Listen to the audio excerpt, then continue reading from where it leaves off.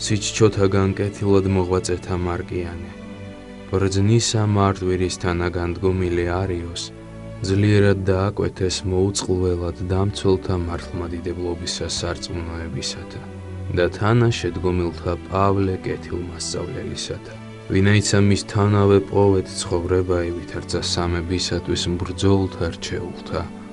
ამინ. დღეს ახალი სტილით 7 ნოემბერს წმინდა მართლმადიდებელი სამოციქულო ეკლესია მოიხსენიებს წმინდა მოწამეებს, მარკიანეს და მარტვირის, წმინდა მოწამე ანასტასის, მართალ დაბითეს. წმინდა მოწამენი მარკიანე და მარტვირი მე-4 საუკუნეში მოღვაწეობდნენ. ისინი კონსტანტინოპოლის საკათედრო ტაძარში მსახურობდნენ. მარკიანე მედავითნე იყო, მარტვირი კი იპოდიაკონი.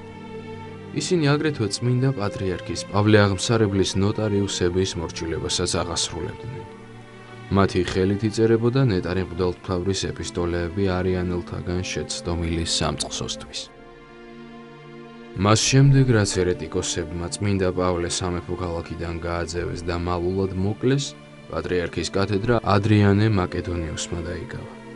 ძვალებლები მოსყიდვით ცდილობდნენ მარკიანესა და მარტვირის გადაბირებას, მაგრამ წმინდა მამები უშიშრად აღიარებდნენ ქრისტეს. მაშინ ერეტიკოსები დაემუქრნენ, რომ სასტიკად გვემდნენ და მოკლავდნენ. ვერც ამ მუქარამ მოდრიკა ნეტარი მამები. ისინი კვლავ მტკიცედ აცხადებდნენ, რომ არასოდეს განუდგებოდნენ უფალს. მარტვილების ხვებსაც მოუწოდებდნენ მტკიცედ დაეცვათ ეკლესიის მამათა მიერ გადმოცემული სწავლების სიწმინდე. გაბოროტებულმა წარმართებმა მამებს სასიკვდილო განაჩენი გამოუტანეს. აღსასრულის წინ მათ ხურვალედ ილოცეს და სთხოვეს უფალს ღირსი გაეხადა მარადიული სიხარულისა და მშვიდობით შეევედრებინა მათი სულები.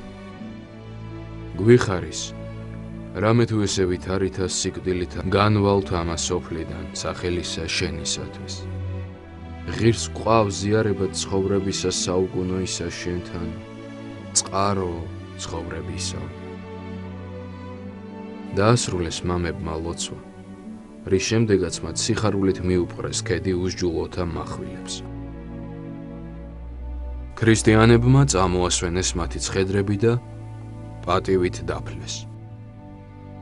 მოგვიანებით წმინდა მღვდელმთავრის იოანე ოქროპირის დროს წმინდა მარკიანესა და მარტვირის უხრწნელი ნაწილები მათ სახელზე აგებულ ტაძარში გადაასვენეს, სადაც მარტვილთა ლოცვით უამრავი საკვირველი კურნება აღესრულა. დღევანდელი დღის მფარველი წმინდანების ლოცვით და მეოხებით უფალმა დაიცვას და დაიფაროს სრულიად საქართველო. ამინ.